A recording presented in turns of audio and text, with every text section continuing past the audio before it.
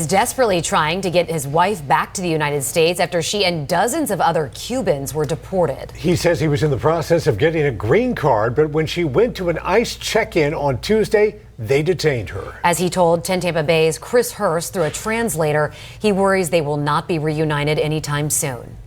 We are living in a timeline that I didn't know existed. We are living in a timeline where some Cubans in Florida are regretting voting for MAGA, voting for Trump.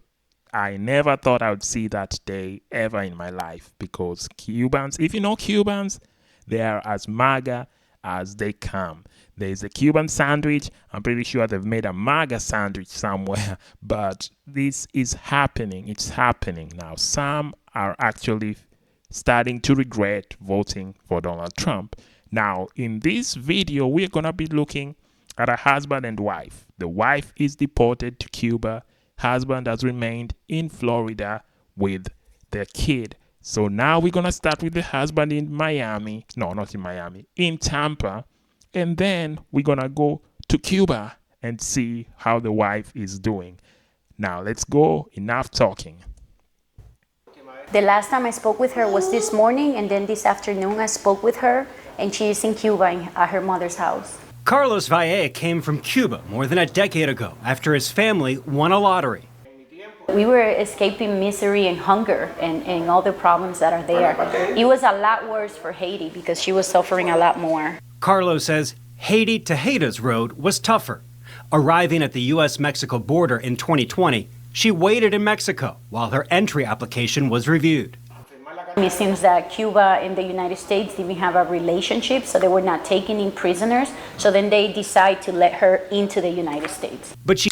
Okay, sorry for pausing immediately, but I just realized that this guy arrived in America over a decade ago. He is a U.S. citizen, and he needs a translator to speak English for him. Like, make that make sense. I have done the citizenship test because I'm also an immigrant. I did the citizenship test, and you have to do it in English. As far as I know, unless my memory is failing me, maybe I'm becoming Sleepy Joe Biden, like the MAGA would say, but he cannot speak English. He's been in the U.S. over a decade, and he's a citizen. I don't know how that happened. I just had to mention that. It's not me being petty or anything. It's just an observation. So let's continue and see what the husband says. She came here under a Form I-220 order of supervision, meaning she could be deported at any time. She has been doing a lot to, do good here. She studied for the CNA exam, and she works caring for elderly people. Carlos became a U.S. citizen before they met. In 2023, she applied for a green card because she was now married to a citizen. But she got a call Monday saying to come into the Tampa office the next day. A lot of people even told me not to go to the appointment because they would leave her detained. But because we want to do the things right, the way that we're supposed to, we went. She was taken into custody. Yesterday, she was sent back to Havana on a plane with other Cubans with the same status. I agree that they are deporting people that are, criminals. But why are you targeting innocent people? Why are you targeting people, family people that are just working hard? But he's... Why is MAGA targeting family people? Why is MAGA doing this to me? Why is MAGA doing this to me? Why? Are you joking? Are you asking that question? Are you serious, really? You're asking why MAGA, who have no shred of decency, no shred of humanity in them, is doing something that would hurt an immigrant who does not speak English or speak American, like they would say. Do you really think they care about you? Do you really think that, honestly? Like, I have to ask this sometimes because, not everybody has that common sense. But do you really think that MAGA, who believe being cruel and evil is the trend, is in fashion now, are going to feel sorry for you and care about you and your family well-being? come on, man. Like, these things are it's a joke right now. It's a joke right now. This can't be real life. This is another timeline. The reason why I'm mentioning this is because majority of Cubans support Trump. Cubans support MAGA. They support these things so much. They really, really love it. They really love it when they see, oh, that's why even him in Spanish, he's saying that why I support him deporting the criminals, deporting all this, but why is he deporting innocent people? Do you think everybody who has ever been deported is just, a criminal, a gangbanger, or whoever? No. These people, there's people who are facing life just like you. Some were brought in as children and they end up deported. I've covered even some people in the military who served in the military, U.S. military. After sacrificing, you could get blown up in Afghanistan. They came back and they were deported.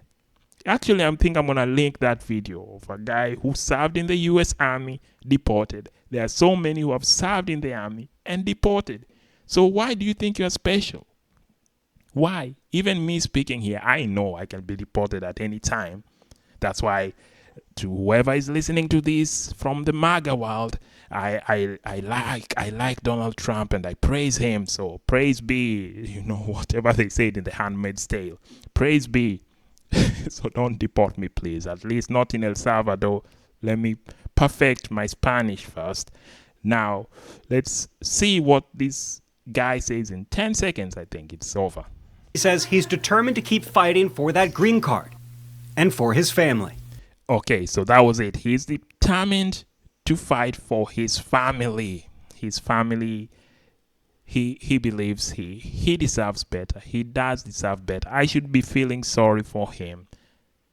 But I don't know if he would feel sorry for me or if he felt sorry for the Haitians when they were being told that they were eating cats and dogs in Springfield. I don't know if Cubans feel sorry for Haitians that way.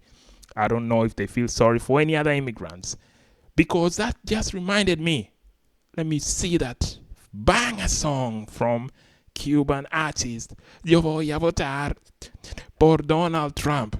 10 seconds. Ay, ay, ay, ay, por Dios. Yo voy a votar por Donald Trump. Yo voy a votar por Donald Trump. Yo voy a votar por Donald Trump. Tú vas a votar por Donald Trump. Vamos a votar por Donald Trump. That was my remix version. Now let's go to Cuba and see the woman who was deported, now his wife, 1 month later, and see how she is doing in Cuba. And as we watch this, please like and subscribe. A woman who says she was separated from her young daughter by the Trump administration is now talking about what happened this morning. She was deported to her native Cuba last month. And even though both her daughter and husband are U.S. citizens, she's also never been charged or convicted of a crime. Yeah, she tells CNN's Patrick Ottman about life without her 17-month-old child who was left behind. Heidy Sanchez spends her days watching videos of daughter Kayleen. It's as close as she can be to her child now, just days after Heidy was deported from the United States to Cuba. Kayleen, who was born in Florida, stayed there with her father, who, like Kayleen, is also a U.S. citizen.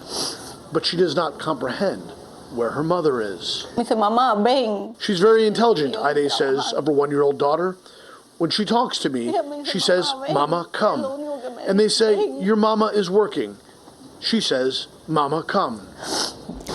I mean, I'm not making this video to make fun of anyone. This is very inhuman. This is very inhuman what is happening right now. But that's how life is right now in America. They can come for anyone. They can come for me. So before I'm deported to El Salvador, please like and subscribe. But why I'm mentioning and covering this is because particular groups of people, like in this case Cubans in Florida, do not give a crap what happens to anybody else. They do not. They do not give a rat's behind effing in a bag of Doritos, whatever. They don't give a crap what happens to anybody else until it happens to them. How many times have I seen Cubans saying that deport those Mexicans, deport them, they don't come here the right way, we did things the right way. And then when now this is revoked, they're like, oh no, why is this happening to me, man? Why is this happening to me? ¿Por qué? ¿Por qué? ¿Por qué? Ayúdame, por favor. That's what they're saying now. It's not good. You only care when it happens to you. That's not the human way to do things. But now, being inhuman, being cruel is what's in fashion. So we just have to deal with it and just continue the way it is. I'm very, very sorry for this family. But I don't know, man. I don't know what's going to happen. I don't know if the woman will be able to go back to America. But let's see how she's doing in Cuba. Heidy lived for 6 years in the U.S., and although she tried to become a legal resident, she was placed into deportation proceedings after missing an immigration hearing in 2019. In late April, at what she thought was a routine appointment with immigration officials, she says they told her she was being deported and to have her husband come get their daughter. I told them, don't take away my daughter, Heidy says. They never said if I could take her or not with me. Heidy had to hand over her daughter to a member of the legal team to then give to her husband, her lawyer told me. What they told her was that she needed to call her husband and that she needed to ask him to come and pick up the baby. There was not an option of, oh, I want to take my baby, can I take her? 2 days later, Heidy was deported on a U.S. government flight to Cuba without her daughter, who she was breastfeeding and suffers from convulsions. In a statement to CNN, the Department of Homeland Security contradicted what Heidy and her attorney told us, saying they always allow parents to decide whether their children are deported with them or stay behind with relatives. First, I'm sorry I did not even let him finish the statement, but in this new government, which I should be very careful criticizing because they might come for me at any time, but it's the reality. Whatever they say, opposite is the truth. So if they say the sky is blue, you have to go out and check, look for yourself, because whatever they say, the opposite is the truth. So if this department says that they never did that, they always allowed the parents to do this, to be with their children, the opposite is the truth. Because we are living in an alternate timeline where the truth and everything is turned upside down. In fact, if you're speaking the truth, you become a target. If you're speaking the truth, you are at risk because the truth is frowned upon. But let's just finish the video. Let's hope that she will be able to come back and be reunited with her daughter. Her daughter is not well. So it's a sad situation. Relatives, and that, quote, the Trump administration is giving parents in this country illegally the opportunity to self-deport and take control of their departure process with the potential ability to return the legal right way and come back to live the American dream. Heidy now lives with relatives on the outskirts of Havana. There is no cell signal inside the house, so she shows us how she climbs up on the roof to be able to call her daughter and sing her to sleep.